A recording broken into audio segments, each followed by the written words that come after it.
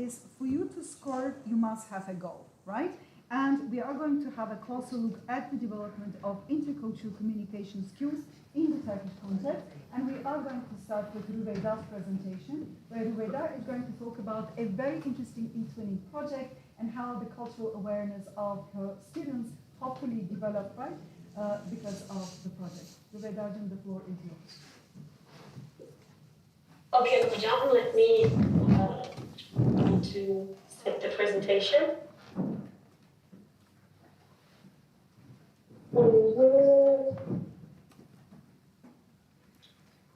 Can you see the slides now, Hocam? Yes. Yes. Okay. So hello everyone, I'm Rüveyda and I'm a master's student at Yeni and English teacher appointed to Hakkari. So it's very interesting context. Today I will present my research titled Exploring Native Cultural Expression Through Drawings, a study with secondary school students in an e-twinning project.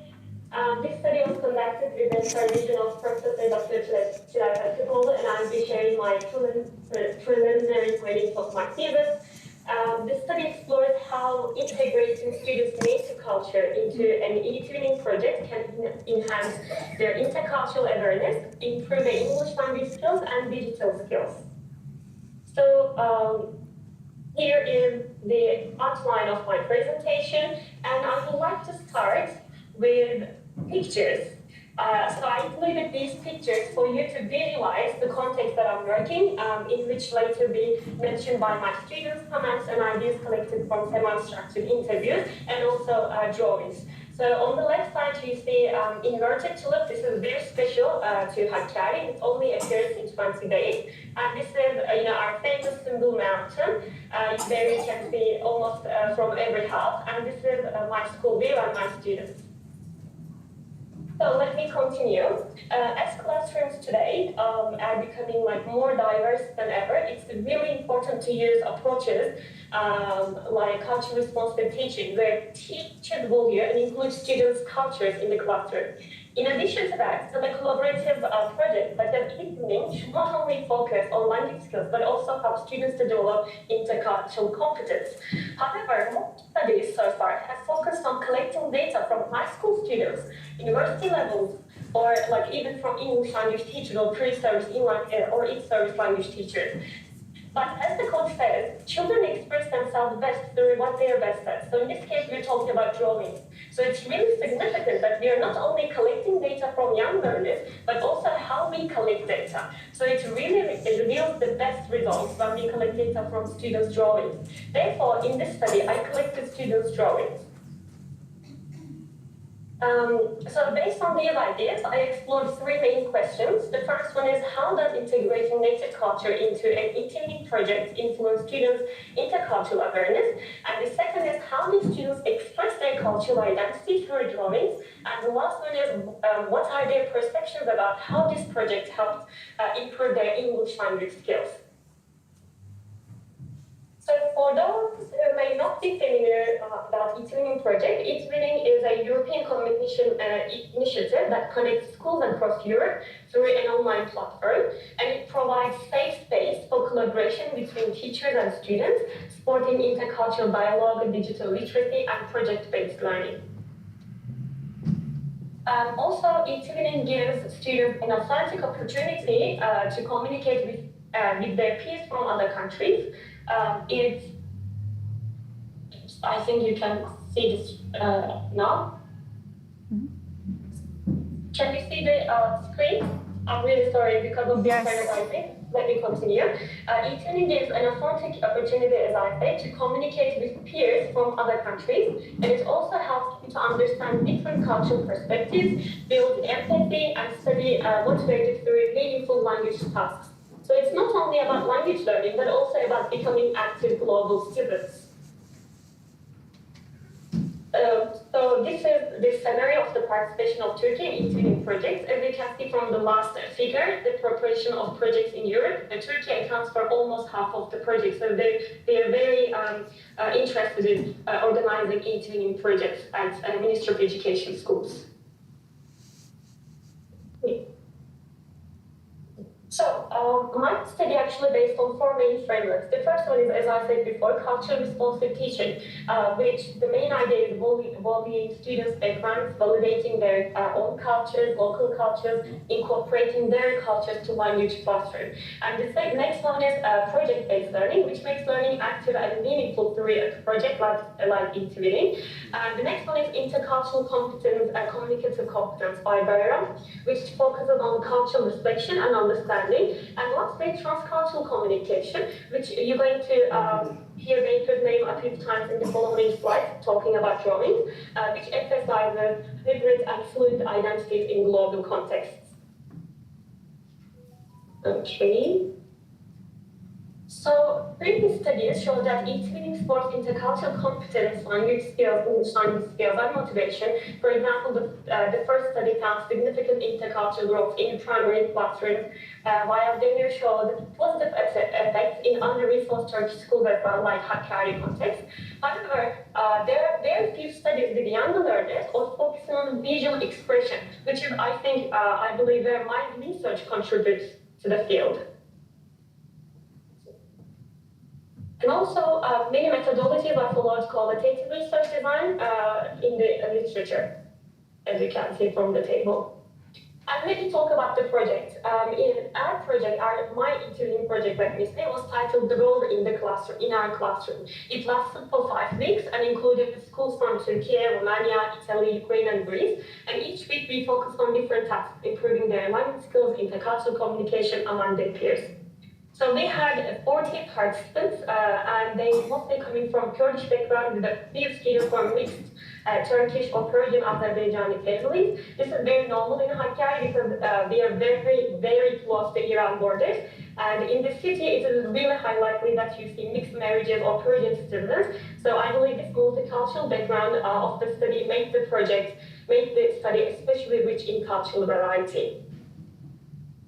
So for the data collection, I used various tools for my thesis, but today I'll be sharing only 2 tools, drawings, and interviews. Students created 30 cultural drawings, and instead of only describing them, I wanted to see the underlying patterns actually. So I used principal component analysis, or PCA, in our software. So PCA helped me to identify main cultural dimensions in the drawing, like which elements appear together the most, or what they are represented. So I also conducted semi-structured interviews with 10 students to understand perceptions and expectations in more depth. From the interview, 3 main themes have emerged. Students expressed pride in presenting their culture, developing curiosity about other cultures, and it was seen that they had improvement in cultural awareness. Many state that they were excited to share Hakkari's tradition, such as the inverted tilip, which I showed you in the first slide, and local food, yet we're happy to learn their praise from other cultures as well. Also, students commented that before the project, they were not quite sure that anyone may want to learn their culture, so they felt seen, heard, so that they become more tolerant when it comes to learning their peers' cultures. Another set of themes included language confidence, motivation, and digital literacy, but many students say that they felt more confident using English when they saw that others also made mistakes. It made them realize that they went alone. They become more talkative during the project, and the project helped them to lower their English language speaking anxiety and boost their confidence. Let's move on. And when it comes to drawings, the drawing analysis revealed 3 main components. The first one is small C culture, everyday practices that driven by the students, like families, meals, friendships, and so on.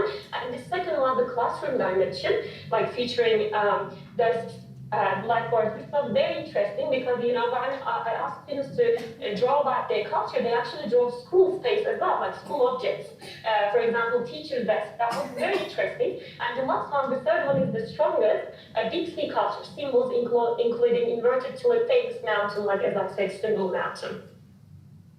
So actually, students' drawing has shown that as Baker claimed in transcultural communication, and not only their local culture, local identity, but also the fluid feature of culture can be apparent in students' drawings, such as tools becoming, such as schools, classroom objects becoming transcultural space for students. So it is very clear that integrating native culture makes students feel valued, included, which increase their engagement and motivation.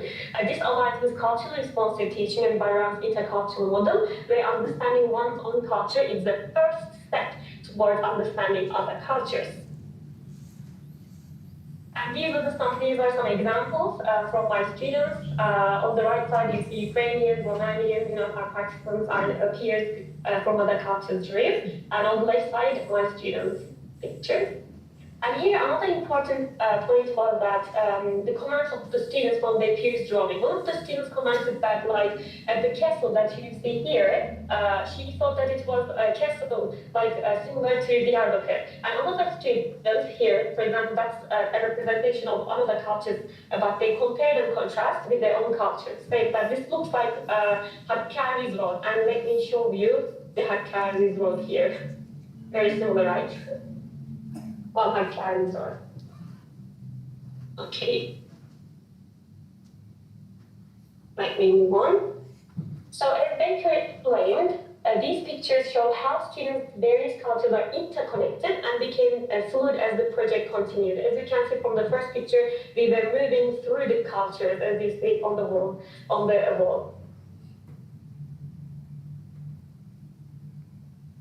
Okay, let me move on. So here we can talk about how that empathy has fostered after explaining and sharing our own culture with the students. We celebrated our partner school celebrations as well, like we celebrated Halloween, we celebrated Easter.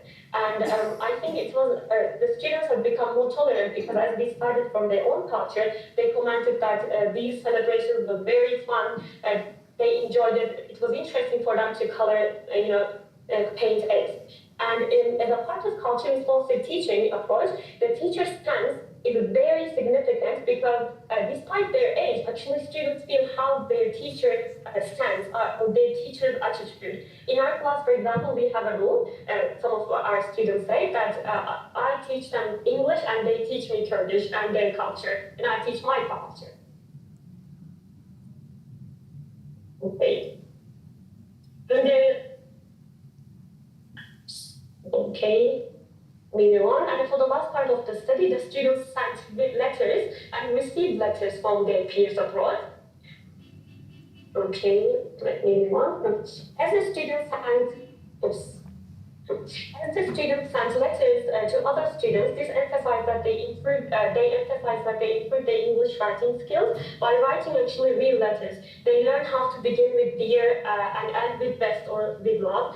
Also, this activity fulfilled an objective about writing in the 7th grade curriculum. They also developed digital literacy, and they sent their letters through Padlet. So this supported both language development and 21st century communication skills. Okay. Great. So to conclude, my findings actually show that integrating native culture builds a foundation for intercultural awareness, and drawings reveal unique cultural elements often missed in interviews, such as schools becoming transcultural space for the students. And it also underlines the importance of early intercultural projects, which nurtures empathy and openness. I think we are very late, focusing on high school students. We should start with primary schools or even earlier than that. And lastly, it reveals that authentic collaboration improves both English and digital skills of the students. So based on this study, I suggest that teachers should integrate students' native culture into ESL lessons more, should have native culture as the starting point for intercultural education. And the curricula, I believe, should integrate activities such as encouraging more intercultural exchange, like eating activities, because my project was carried out after school activities, so it can be better than integrated in the curriculum. And future studies can explore more visual data to see how students actually express themselves and cultural awareness and how this evolves over time. So here's the reference list, and thank you for listening. Thank you, Reyda'cığım. If we have any questions, most probably we can email them to you, okay? Is that okay? Can you hear us? Tabii hocam, aykırı. If we have any questions, we will email them to you. Okay, so we can now move to Kadir's presentation. Okay, hocam. Sorry, we're trying to spend the...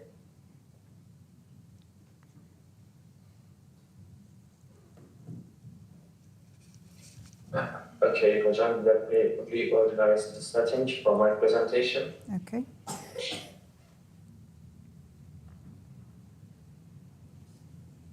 Hocam tam ekran yapabiliyor mu? Çiftlik yapsak.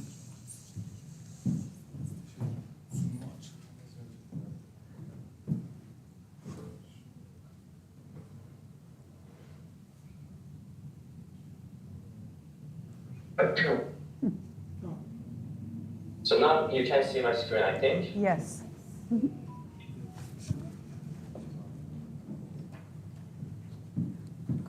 Okay, so hello everyone, I'm Abdülkadir and thank you for being here. I'm a research assistant at Van University. But before that, I was working as an instructor at a culturally rich prep school in Ankara. So during my teaching experiences in that prep school, in multilingual classrooms, I often noticed small moments of misunderstandings between among students. So situations where a simple word or gesture that seemed polite to one person, one student, felt awkward or strange to another. So those everyday moments inspired this study. Today I'll present international Arab students' perceptions of Turkish politeness. So this study investigates how Arab students living in Turkey understand and interpret politeness in their communication with Turkish individuals.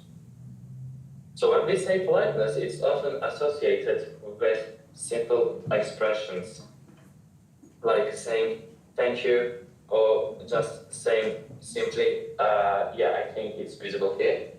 Saying please or thank you. However, as we all know, politeness is far more complex than these surface level acts or behaviors. It depends on context, on tone, on the relationship between speakers. So what may be seen as polite in one setting can easily sound impolite in another. As Fraser and Nolan pointed out, politeness is not an absolute rule, but a contextual judgment. So it's about how language is interpreted rather than just what is said.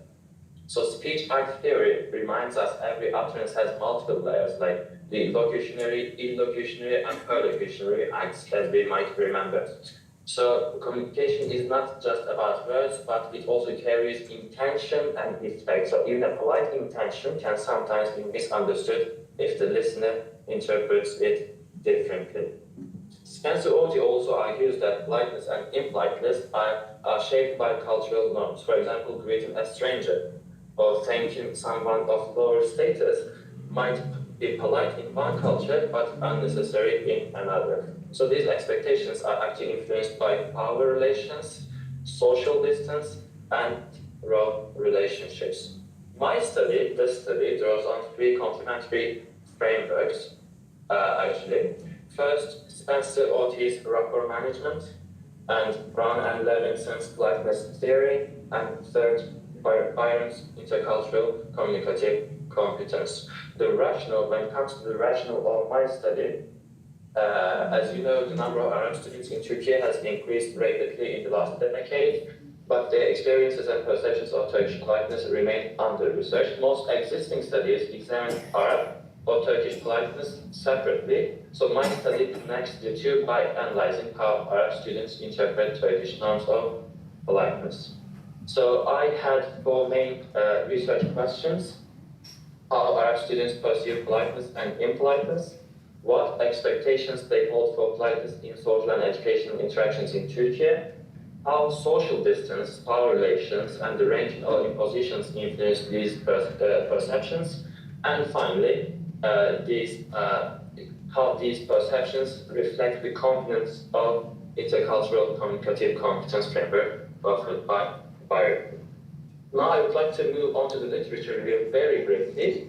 Politeness in Arabic cultures is deeply rooted in goodwill, generosity, and relationship building rather than just merely obligation. So expressions of gratitude are context dependent, less frequent among close friends, but highly valued in public situations. So communication is often elaborate, indirect, and religiously expressive. In contrast, studies on Turkish culture show a gradual shift toward a more individualistic and direct communication. Turkish EFL learners use indirect requests with strangers, but direct ones with close friends. Compared to Arabic interaction, Turkish politeness also tends to be less ritualistic, less religious, and more casual. Let's now look at how the research was carried out, the methodology. I had 36 EFL students as participants enrolled in a private university in Ankara. They came from 9 countries, including Egypt, Sudan, Yemen, Saudi Arabia, Iraq, and so on. The age ranged from 17 to 27, and most had at least basic Turkish proficiency, which allowed meaningful intercultural interaction in their daily lives. I used criterion sampling to ensure all participants met the 3 criteria: Arabic as their native language, regular interaction with Turkish speakers, and sufficient exposure to Turkish culture. And as I mentioned before, it took place in a private university's program. For data collection, I used an online questionnaire designed and distributed through Google Forms, and the questionnaire included demographic items, open-ended questions, and cross-cultural scenarios. Like the open-ended, like what are the qualities of a white person, or describe a personal experience in which someone was impolite to you, or describe some questions requiring some comparison. Other than that, I also used some situational or scenario-based items. For example, students evaluated a situation where a professor thanked a cleaning staff member and explained whether they saw it as a polite or simply expected or something else. So I combined qualitative and quantitative approaches. A frequency of emergent codes was used in the study to identify recurring patterns. The qualitative data, I think there's a problem with this slides here. It doesn't match, but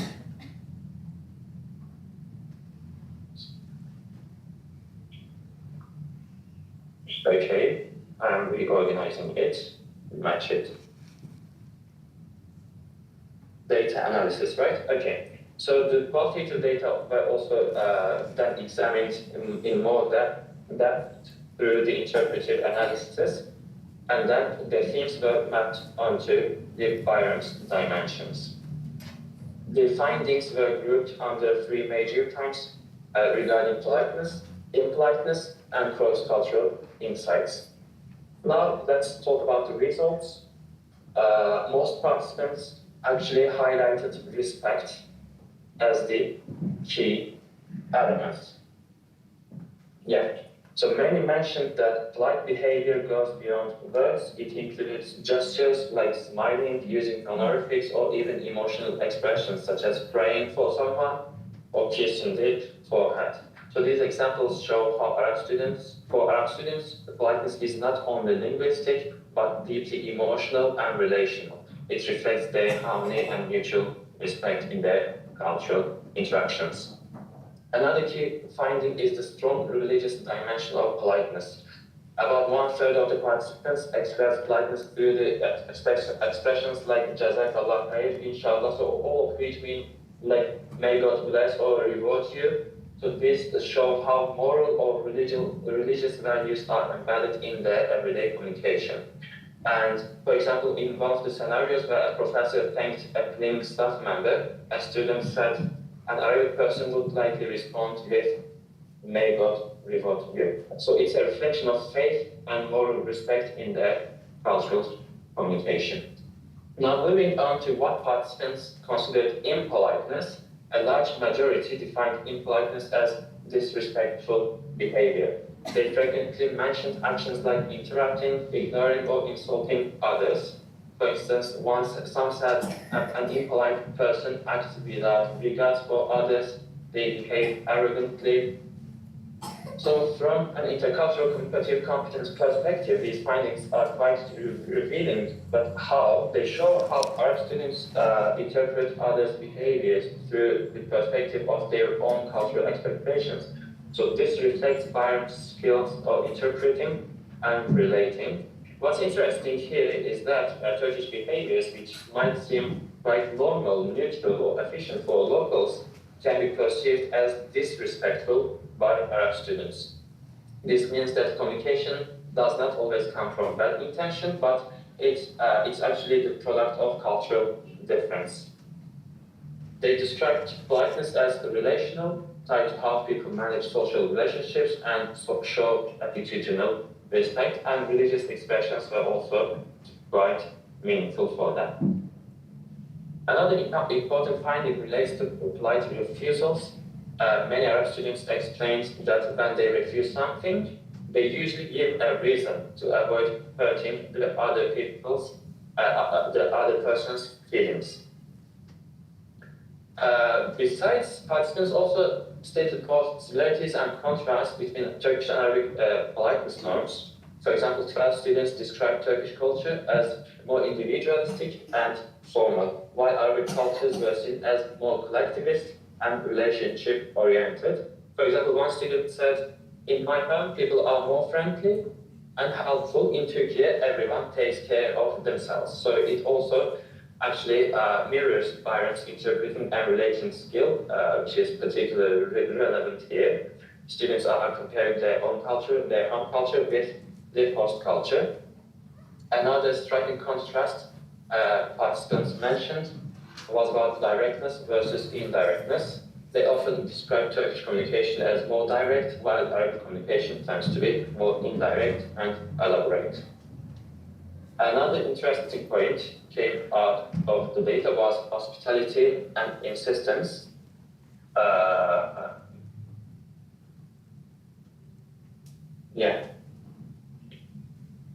Many Arab participants explained that in their culture, being hospitable means repeatedly offering food, drinks, or help, even if the guest initially refuses. So, refusing once is seen as modesty, and insisting again shows care and generosity. But in Turkey, they noticed Turkish people usually offer something once or twice, then stop. They interpreted this as less warm or less generous.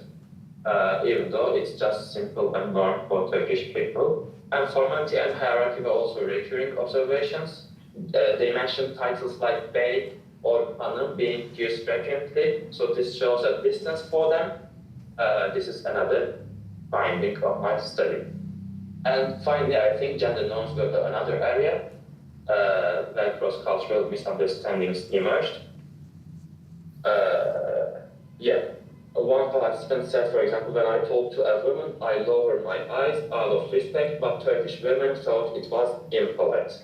So lowering the eyes, the same act had opposite meanings in both cultures, respect in one culture, avoidance in another.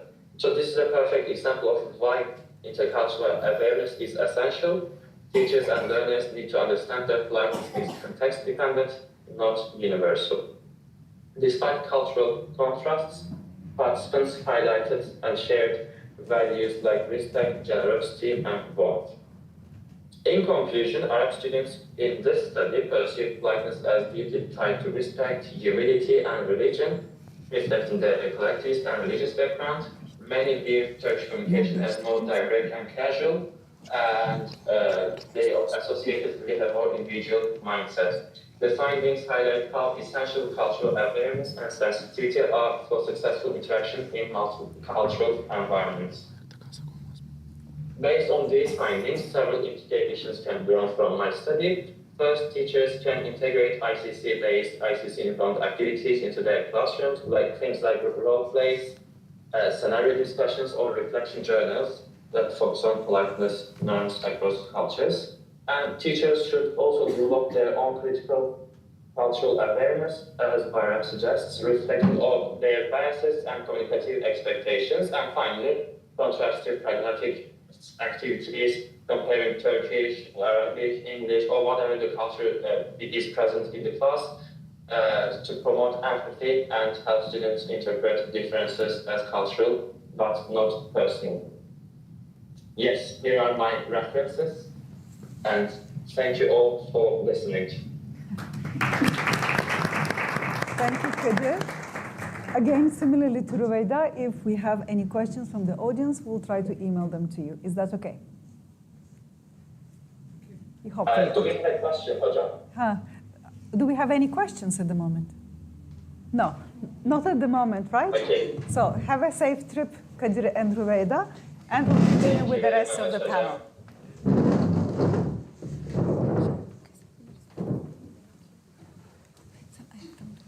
Olur yani ben hocam. Öyle de olur. Şöyle mi çekelim? Hı? Gerek yok hocam. Tamam, bakalım.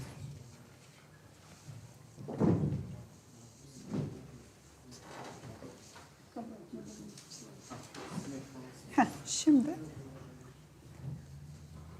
açtı Mustafa ama herhalde şey yapmıyor. Burada. Geldi Mustafa.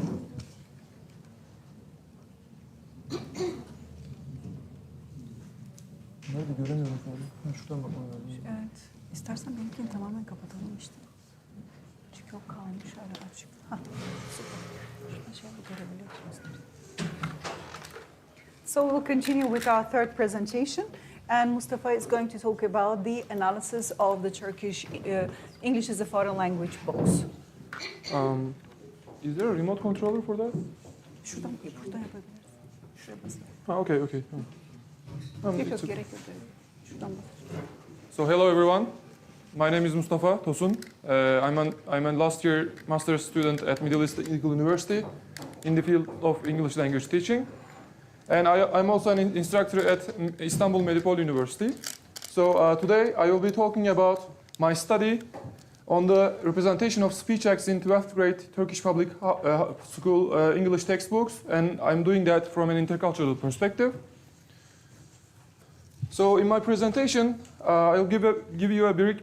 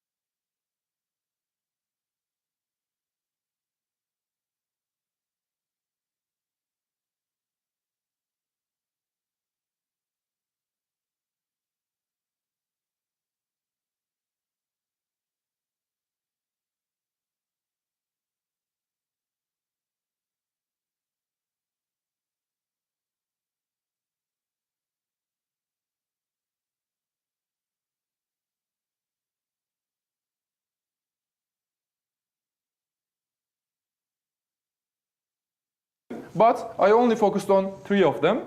And they were performativity, positionality, and commensurability.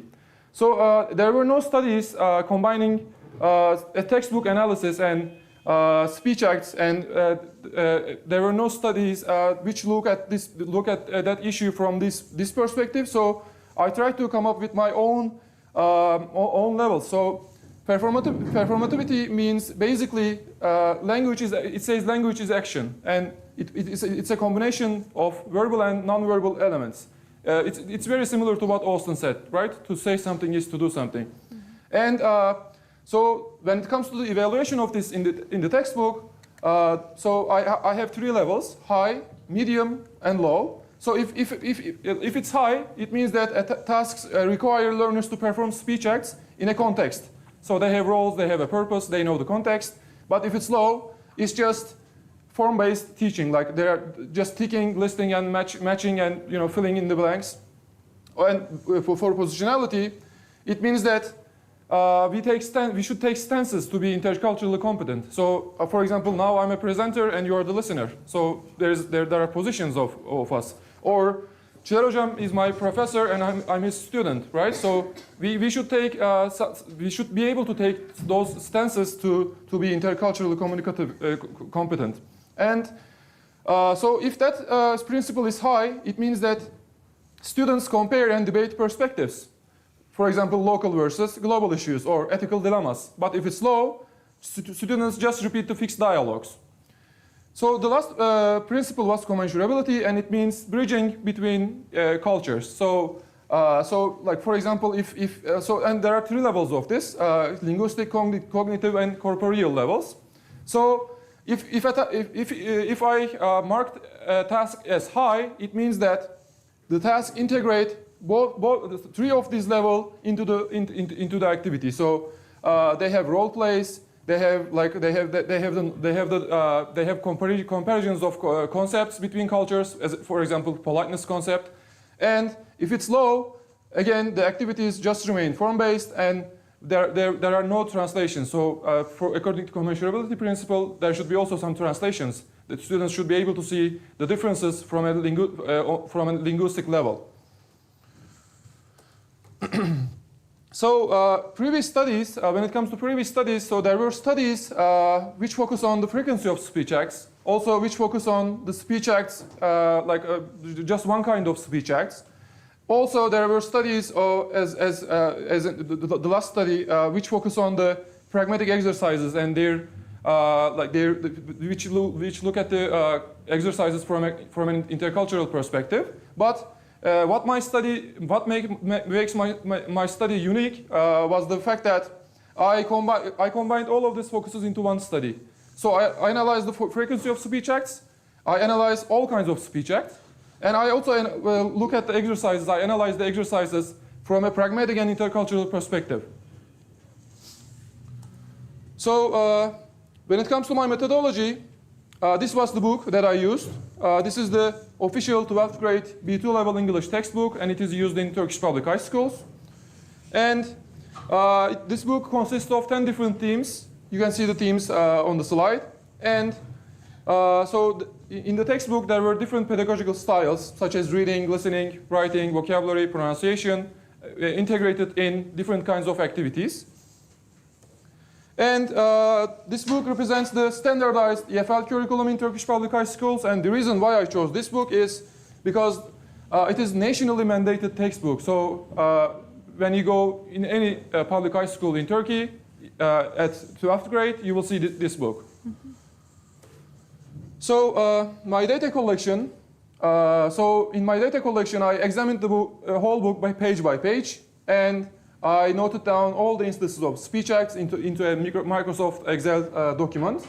And in that document, I wrote like a speech act type, their functions, activity type, and the task instruction. The reason why I included the task instruction is that I want to be able to see the context of the activity, because when you want to analyze a book from an intercultural perspective, you need that. You need to know the context. And then I coded the data according to speech act categories and intercultural principles. Then, when it comes to the analysis part, my data set included 151 speech acts, and they were across 10 different units, actually 9, you will see in the results, and in multiple activities. So, as I said, I coded the data according to Searle's categories and their functions, and I used SPSS for frequency analysis, and I also used SPSS for cross-tabulation to see how speech acts were distributed across units. And then, so these results showed me that which speech acts were most frequent and in what pedagogical formats they were presented. Then later I compared these quantitative results with qualitative interpretive framework that I used based on Kulinkanov's 3 principles. And the last thing that I did was to look at this, look at the results from the perspective of Turkish cultural norms using Hofstede's dimensions. And so, yeah. And when it comes to the results, so as you can see in the pie chart, expressives dominated the whole textbook, and this was followed by directives. And as you cannot see, there were no instances of declarations. And here is a bar graph that shows the distribution of speech acts across units. The horizontal line shows the units, and the vertical line shows the frequency. As you can see, expressives were almost in all of the units. And interestingly, there were no instances of speech act in Unit 7. And here are some examples of the speech acts. For example, in Unit 10, speech acts of expressives was in the form of apologizing, regrets, and wishes. So students actually are exposed to express their regrets and wishes by using structures such as if only I could, I wish, and I'm sorry, utterances like that.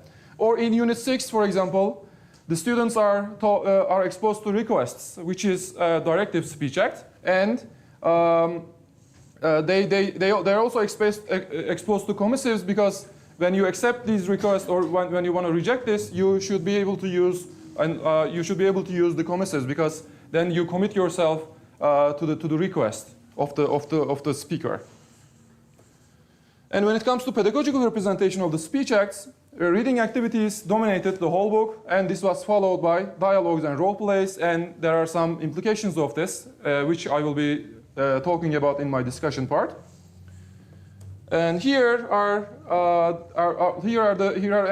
is another bar graph which shows which speech acts were in which activity type. So the horizontal line shows the activity types, and the vertical line shows the frequency of speech acts. As you can see, in reading activities, it was observable. All 4 speech acts were observable. However, in listening activities, there were only one kind of speech acts, and there are also some implications of these results, which I'm going to be talking about in my results section. So the last slide on my results part is about Hofstede's dimensions. So according to Hofstede, as I mentioned earlier, Turkish culture is highly collectivist, and the textbook reflection of this, the high use of expressives, because we love, as Turkish people, we love expressing our emotions. We love doing that. And the reflection of short-term orientation was the rare use of commissives. So we are a very short-term oriented culture. We don't like committing ourselves to the future obligations. So we only think short-term, not long-term. So this is not good, because language learning means culture. Like you should also use the culture, target culture effectively. So if a student learns how to speak English in a Turkish culture entirely, then that means that he or she is not going to be able to, or he's going to be able to speak, communicate, but probably there will be misunderstandings when it comes to speaking with people from other cultures. So, overall pattern of these three principles in the textbook was performativity was medium to low, positionality was low, and commensurability was absent. So it's really interesting to see that commensurability was absent, because I also always support the use of, the use of our own culture, and there should be a comparison as a teacher between two cultures. So there were no translations, there were no comparisons between two cultures. So it was really interesting to see that. So here is an example from the textbook. So for example, in Unit 1, Activity 8, the activity asks students to take a look at dialogue and in pairs play the roles and act it out. So for this activity, I said that performativity was high because it asks students to play the roles and act it out. So students perform the language. And positionality was medium because although they are acting out roles, the dialogue was scripted. So so it was just they were playing their roles, but according to a scripted dialogue. And there was no instances of commensurability because, as you can see, there is no bridge between two different cultures. And another example where performativity and positionality was low was from Unit 6, and it just asks students to listen and tick the statements you hear. As you can see, there is no, the students are not required to perform the language, and there are no comparisons between the cultures, and there are no positions that they take. They just tick and listen and tick. That's it. So when it comes to discussion part, the high frequency of expressives aligns with the Turkey's collectivist culture, as I mentioned earlier. So, and the absence of commissives also aligns with Turkish culture's short-term orientation. And so the absence of declaratives and the underrepresentations of commissives. This is a problem because, as I mentioned earlier, this may cause problem in terms of cross-cultural communication. So maybe students may have a hard time while trying to communicate with speakers from a more individualistic and long-term oriented cultures. And when it comes to the pedagogical representation results discussion, so the high frequency of reading-based activities and the fact that it was followed by dialogues, it shows us that, okay, the textbook includes some communicative elements, but it largely relies on input-based learning. And this may limit opportunities for learners to practice pragmatic use in authentic contexts. And also, there were little listening tasks, very few listening tasks, which include speech acts and different kinds of speech acts. So this caused learners not to be able to observe pragmatic cues such as intonation, hesitation, or directness. So they cannot hear. They only tick and they only read, and that's a problem. And so in the activities, there were also a lack of pragmatic explanation. So the students are not exposed to why and when or how to use certain expressions. And so like although activities look like they are communicative, they lack intercultural scaffolding.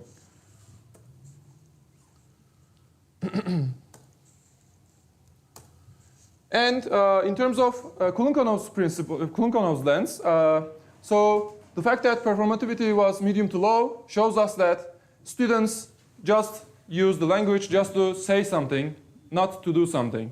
And they don't take positions, they cannot see the differences between two cultures, so they don't know how to be polite in the culture of the language that they are learning. They know only they only know how to be polite in Turkish culture, and that's a big problem again. So it was concluded that expressives and directives dominate and commissives are rare, and the results aligns with Turkish culture, although that this is not that good. And so despite authentic activities, pedagogical representation lacks depth and for intercultural competence. And so learners are exposed to pragmatic forms, but they don't know cultural, there is no relation to cultural norms, cultural differences. And so we need to explicitly, how to say, we need to explicitly tell learners about these issues. Like they should be informed about the cultural differences in terms when it comes to the activity instruction or when it comes to performing the activity. And the last thing that I want to say is, so to foster intercultural communicative competence, so the activities should integrate metapragmatic commentary. They should provide contrastive examples, and we should design tasks that makes learner perform, take positions, and negotiate the meanings in diverse contexts. So what can we do as teachers? So as I mentioned in the conclusion part, we can raise their pragmatic awareness by being explicit, and we can include more metapragmatic instructions to do that. And also, we can introduce them contrastive examples from the target culture that we are teaching the language of. And we can encourage them to adopt diverse role and cultural standpoints. So for example, in here I said, how would a British student respond to his teacher versus how would a Turkish student respond to his professor? So thank you for listening. Here are my references, and if you have any questions, I'm ready to take them. Thank you. Thank you, Mustafa. Do we have any questions, or shall we continue with the next presentation? Okay. So now we have another very interesting presentation. Beyza is going to talk about the emails, right? Received by her students and how is politeness expressed in those emails.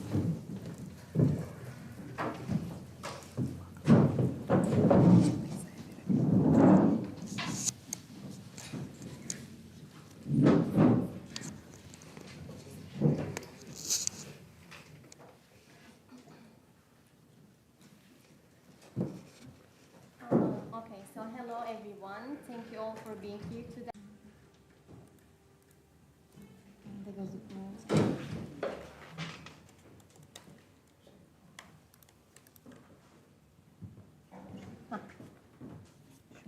İkinci ekran açıldı herhalde hocam. Burada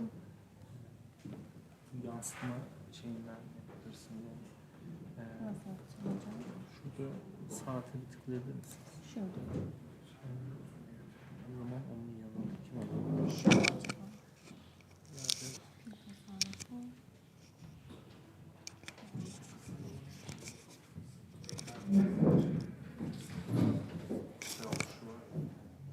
Tam gözüküyor. Gözüküyor değil mi? Ha, şu anda Okay, so thank you one more time for being here today. So today I will talk about the key findings of my research titled An Examination of Politeness Strategies in Middle School Students' Request Messages. My aim to conduct this study was to examine the pragmatic awareness of middle school students and also which politeness strategies they are employing while sending messages to their English teachers. I also examined their intercultural communicative competence to see to what extent they might be considered as intercultural speakers. So I would like to start by providing a brief background on the topic first. So we all know that students communicate with their teachers in different ways, in diverse ways, including sending emails. They communicate with them face-to-face, and usually, recently, they also started sending messages through digital platforms. So digital platforms like Microsoft Teams, they have become central to student-teacher communication, especially while they're making requests. However, there is a lack of research on pragmatic competence in the Turkish context. So to analyze the requests which were sent by my students, I relied on several theories, starting with the speech act theory, which was introduced by Austin. So as my fans already talked about it, I'll cut it short. So Austin introduced 3 layers of meaning in speech by locutionary, illocutionary, and perlocutionary. And later on, Searle expanded speech acts by classifying them into 5 categories, namely directives, expressives, commissives, declarations, and assertives. But directives are central to my research, so for this reason, I just focused on directives as they comprise requests. And in this study, as I told you before, I focused on request messages of middle school students. And we also know that people make a lot of requests, and while making requests, they are trying to sound polite.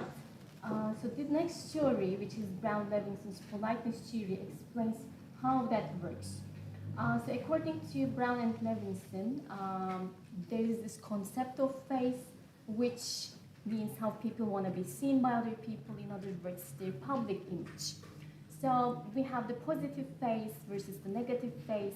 Positive face is the desire to be accepted by other people in the society, whereas negative face refers to our desire for freedom and autonomy. And by their nature, requests, they have this potential to threaten the listener's negative face. And to mitigate this threat, we have some strategies which we can implement while making requests. So you see some of these strategies on the board. So we have on-record, off-record strategies, positive and negative politeness strategies. So let me briefly introduce what they are. So on-record includes no mitigations. As you can see, it's pretty direct compared to off-record strategies, which are indirect. For instance, in an implicit way, you say, I wish I had the file. So you're just implying that you want the file. Positive politeness, it comprises the sense of solidarity, whereas negative politeness comprises respect for autonomy. So far we have focused on how language is used to perform different actions. However, as Mustafa Hocam stated, communication is not just about what we say or what we do, it's also about how we interact with other people from different cultures. And this brings us to ICC, Intercultural Communicative Competence, which was introduced by Byram in 1997. So according to this framework, intercultural competence means to be able to interact with people from different cultures, being able to grasp their opinions and different perspectives while being aware of cultural differences. In the meantime, we should also, as intercultural speakers, we should be open, we should be curious about other cultures, so we should respect other cultures as well. So how can we define intercultural speaker? Intercultural speaker is someone who mediates between different linguistic and cultural systems rather than striving for native-like competence. So intercultural speaker doesn't only need knowledge of grammar and vocabulary, it's more than that. That person, intercultural speaker, also needs pragmatic competence, which includes pragmalinguistic, which is how we use forms in an appropriate way from a linguistic perspective, whereas we should also acquire socio-pragmatic, which refers to having the knowledge of different social norms like power distance relationship and politeness strategies. Like what is considered polite, what is considered direct or acceptable, we should be aware of it not only in our culture but also in the target cultures. So to explain this concept in a more detailed way, Byron proposed a model of intercultural communicative competence, including these 5 components. I'm not going to delve into every single component, but pretty much this model emphasizes that intercultural competence is not only limited to language use, it also involves developing curiosity towards other cultures, being open to other cultures, being respectful, and being or having a critical understanding, evaluating cultural perspectives from a critical perspective. So I also reviewed previous research on how learners make requests to see how, what has already been studied in this field. So there are several studies, but most of them focused on, as I told you at the beginning of my research, they focused on high school students or university level students. So there are no studies in the Turkish context focusing on middle school students while making requests in a digital setting like Microsoft Teams. So when we have a look at these two studies, we see the importance of explicit pragmatic instruction, which plays an important role in helping learners use more appropriate request strategies. Because in both of these studies, after students were taught on pragmatics, they started to soften their requests and they started to sound more polite. So one more time we see like how important, how urgent pragmatic training is. In another study which was conducted by Shively, we focused on intercultural communicative competence. So Shively focused on US learners or Spanish learners who were trying to acquire the Spanish culture during their time in Spain. So again, they emphasized that after receiving instruction, explicit instruction in request strategies, they started to be more direct. And we know that Spanish culture prefers or favors a more direct culture, like a more direct form compared to American people. So they became more aware of local cultural values and communication style, and this shows us that immersion alone is not enough. We also need explicit instruction and reflection to develop an awareness, an intercultural awareness. So here are my research questions. What are the characteristics of speech act of request sent by middle school students to their English teacher? Second question is, what kind of politeness strategies do they use in their Microsoft Teams messages? And finally, from an ICC perspective, to what extent students' request messages reflect their ICC, their intercultural communicative competence? To answer these questions, I utilized a mixed methods research design. I integrated both qualitative and quantitative approaches to investigate the politeness strategies which were being used in request messages. I'll briefly describe the school context, participants, and the data. So the research that I conducted, it was conducted at a primary middle school in Ankara, which uses Microsoft Teams as the main digital platform between teachers and students. Yes, students send emails to their teachers from time to time, but most of the time they prefer sending Microsoft Teams messages, which means every student has their own account, so do the teachers. They are experienced users of the platform as they have been using the platform since primary school. So in total of 100 request messages were collected and analyzed, and all these messages were sent by 8th grade students whose English level varied between B1 to B2 level, so there were several students reaching up to B2 level. So these messages, most importantly, just focused on deadline extensions, so which means they were all context specific. All messages were written in English and they were sent to the same teacher. Let me provide brief information on this, on the teacher as well. So the teacher we're talking about had 6 years of teaching experience and who had been teaching the same group of students since grade 7. So which means they have a close and well-established relationship between their students, teacher and student relationship.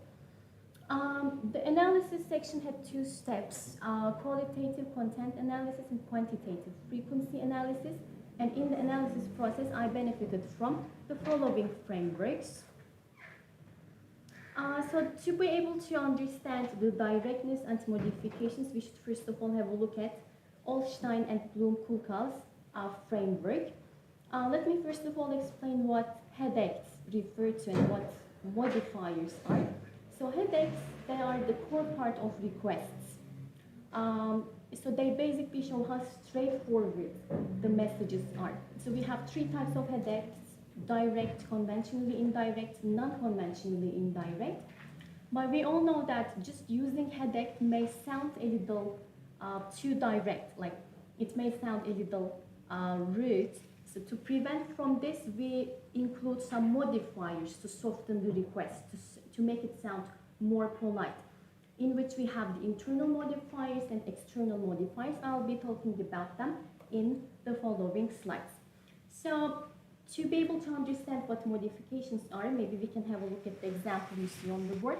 So just saying, can you extend the deadline, may be too direct. So to soften it, as I told you before, we prefer adding some instances by saying, I was wondering if, or could you please extend the deadline? Or by providing a supportive reason, I have 3 exams this week, we soften the request. We try to make it sound more polite. So let me continue with my results, the main results of my studies. On the first table, you see how direct students' messages were. So 62% of students preferred using conventionally indirect messages, like by saying, could you give me more time to complete my articles? So this means students mostly used polite language, standard request forms, including modal verbs and hedging. What does it show? It shows us that students started developing both linguistic and cultural dimensions of ICC. So from a linguistic perspective, they have this awareness of English request patterns. They know that they should use polite models and hedging that are pretty common in English-speaking cultures. And from a cultural perspective, they are aware of Turkish social norms. They are aware of the power-distance relationship between themselves and their teachers, so which shows us that they started being intercultural speakers. Second table focuses on the internal modifiers. 57% of students benefited from syntactic downgraders. I was just wondering if it would be great by adding those instances, they try to sound more polite. And on table 3, we see the extent of external modifiers. The majority of students use preparators and supportive reasons by explaining the situation, giving a reason. In other words, preparing the listener that the request is about to be made. So what does it show? Internal and external modifier users. So we see that they use a mix of internal and external modifiers. They're aware of the power distance relationship and they know that they should use something to soften the requests. Finally, on table 4, we see the politeness strategies introduced by Brown-Levinson. The majority of students preferred negative politeness strategies. Again, shows that they prefer a respectful, non-imposing language in teacher communication. And I don't think this is surprising in a culture like Turkey, as where people are generally more formal with authority figures like teachers. Okay, so from an ICC perspective, the dominance of negative politeness indicates that students are linguistically aware of English politeness strategies and culturally sensitive to both English and Turkish norms, and they most importantly mediate between these two languages and two cultures. It shows us that according to ICC's model, Byron's ICC model, they are becoming intercultural speakers. So to conclude, as I told you before, they're mediating between two frameworks. So this balance shows us that they have an emerging intercultural competence. I pretty much talked about all of these before, so I'll skip this part and continue with the key takeaways or classroom practice. So what can we do as teachers? So politeness strategies, first of all, they should be taught as pragmatic functions, not just as a part of grammar, but on a regular basis we should try teaching them, like hedging, modal verbs, softeners. We should adapt and design our classroom activities to foster interlanguage pragmatics by using dialogue analysis, message rewriting, but most importantly, the role-play method is a very effective method because it fosters cross-cultural interlanguage pragmatics. And finally, as teachers, we should create different tasks which help students reflect on their own culture and compare their culture with other cultures, with target cultures, and then reflect on their own culture and the other cultures. So here are my references. Thank you very much for your time. We have to very quickly skip to the last presentation.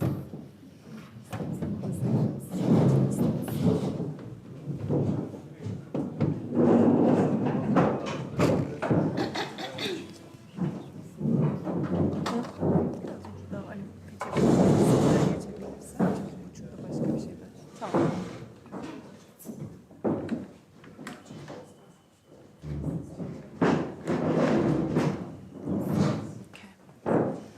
Hi everyone, thank you for being here today. I will be very fast. My name is Hande Fidan and I will talk about my research titled Navigating Cultural Identities, EFL Learners' Intercultural Competence in Relation to Hofstede's Cultural Dimensions. So in my study, I aim to explore the speaking preferences of my students from different cultural backgrounds to identify whether any patterns emerged. This doesn't work, right? I have it. Okay, so as we all know, there are now over 300,000 international students in prep schools, and this number is getting higher and higher each year. And according to Cramps, language and culture are inseparable. Likewise, Hofstede emphasized that culture is the collective programming of the mind that influences people's values and even how they express themselves.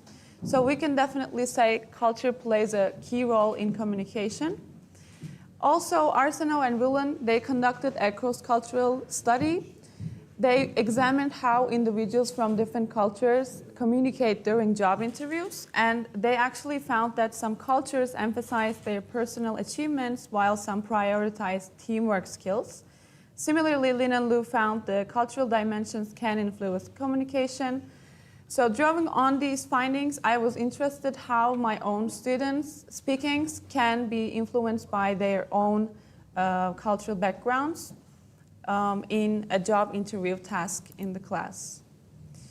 Therefore, in the study, I used two different frameworks. One is Byram's Intercultural Communicative Competence Model. This consists of 5 key components. My friends, they mentioned these components, so I will not go into detail, but an intercultural speaker has all these 5 components that can understand the differences and critically understand the cultural and critically have the cultural awareness. I also use the framework of Hofstede's national cultures. So in this model, there are 115 countries and 6 different cultural dimensions. This provides the baseline for analyzing cultural differences across different countries. And the scores of each country range from 0 to 100. As you can see here, these are the 6 dimensions in the framework. I only used the 2 of them, the individualism versus collectivism one, and the masculinity versus femininity. The individualism dimension refers to prioritizing autonomy or self-expression, using of I language frequently, and the collectivism dimension refers to the cultures that value group harmony and shared responsibilities. So these people usually have a strong sense of duty towards their family and to the community, and they usually use the we language in their speech. And I also made use of masculinity versus femininity. Masculine cultures tend to value assertiveness, so they want to show their material success and their achievements. And in contrast, feminine cultures tend to prioritize modesty, more empathy, and their quality of life. These are the countries involved in my study. As you can see here, they're all in the collectivist side because they have scores below 50. And therefore, I categorize these countries into 3 different categories. One is very low individualism, low and moderate individualism. And some of the countries listed in the study, they didn't have official scores in Hofstede's website, so I looked up to the existing literature to categorize these countries. In terms of the other dimension, masculinity, again, you can see the scores that they have. For example, Turkey is a moderately feminine culture because its score is 45, and Syria, Iraq, and Nigeria fall into the masculine category. And previous research usually focused on classroom management and teaching methods of teachers from different cultural backgrounds using the same framework of Hofstede's dimensions. But there were also studies in the cross-cultural management and business leadership. They explored how cultural values influence communication.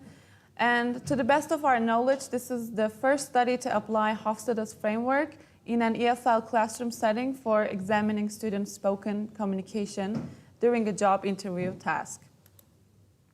So here are my research questions.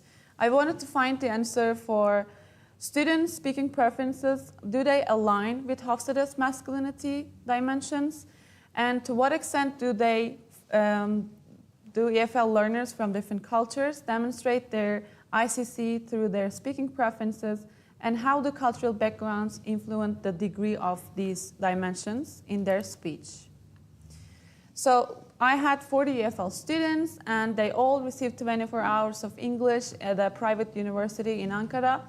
They had A2 to B1 level in English, and also I gathered some information from the students. So they completed a Google form that collects information about their immigration backgrounds, length of stays, and demographic details, because study abroad can be influential on young learners' cultures.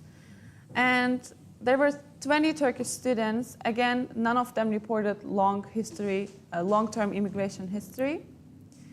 And there were 20 international students. You can see the countries again and the number of participants on the screen. And since this is not a quantitative study and the goal is to establish a baseline data for the future research, the countries with only one participant were not excluded from the study. And what did the students do in this study? So the students recorded 3-minute job interviews with their partners. First, one of the students was the interviewer, the other was the interviewee, and then they switched roles. And they did not rehearse their speech. It was completely spontaneous. And here are the questions that they asked, like, could you tell me about yourself, and so on, like a typical job interview. And I also employed a mixed method data analysis using thematic analysis and descriptive frequency analysis. Here are the markers that I got from the student's speech, students' utterances for each dimension. And now we can move on with my results, but before that I will show you some example sentences of students. For example, an individual utterance from the study says, I want to work here because this is a good opportunity for me. Whereas in the collectivist utterance, you can see the student says, I want this job to help my family and my people. So there is a clear difference in how they give an answer to the same question because of the influence of their cultures. And here is a table that shows the contrast and alignments with Hofstede's framework and my study. So as you can see, most of the countries aligned with Hofstede's framework. And Kazakhstan, Azerbaijan, Syria, and Russia, they showed contrast with Hofstede's scores. So what can we say based on this? We can say cultural background definitely influences students' language use. And we can see that Azerbaijan and Syrian students actually spend a lot of time in Turkey compared to other students. So we can see an acculturation influence in that sense here. And for Russia, this could be a mid-range score influence because Russia's score for this dimension was 46, and Hofstede suggests scores around 50 could be context dependent, and this job interview setting might have influenced their speech because it requires the students to be more assertive in their speech. In terms of ICC, as you can see, most of the students are in the low ICC flexibility category. Only 3 of the countries were listed in the emerging ICC based on Byram's model. And for masculinity, femininity, again, you can see the example sentence. Masculine students from masculine cultures said, I'm skilled and talented. Feminine ones said, I think my achievements are not much. So they were very modest in their speech. And the table here shows the masculinity dimension results. So again, you see that most of the countries aligned with Hofstede's framework. So again, we can see the influence of cultural backgrounds. And here you see that except for Yemen, all participants showed masculine speech tendencies. Again, this relates to the assertive speech, assertive nature of job interview tasks we interpret that way. And here, this is interesting because in the first dimension, most of the students were found to be in the low ICC flexibility group. But in the other dimension, in masculinity, femininity dimension, most of the countries are in the emerging ICC group. So there is a clear difference here.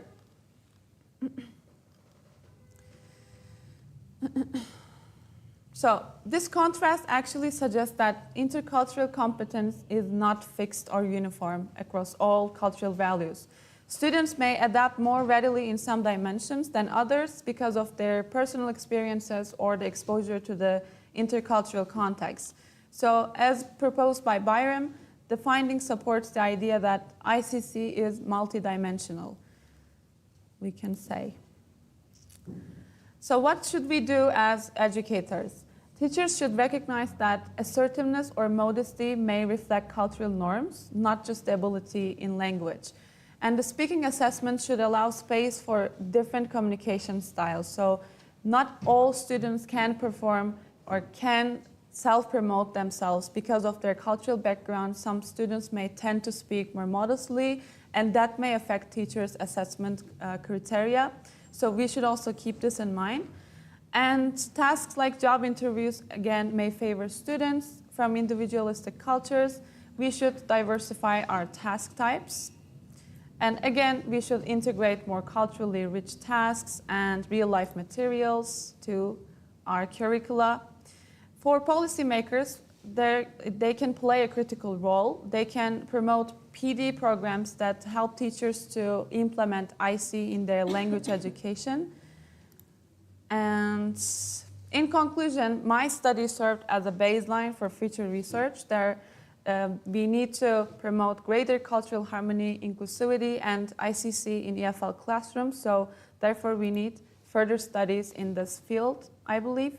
Here are my references. And thank you for listening.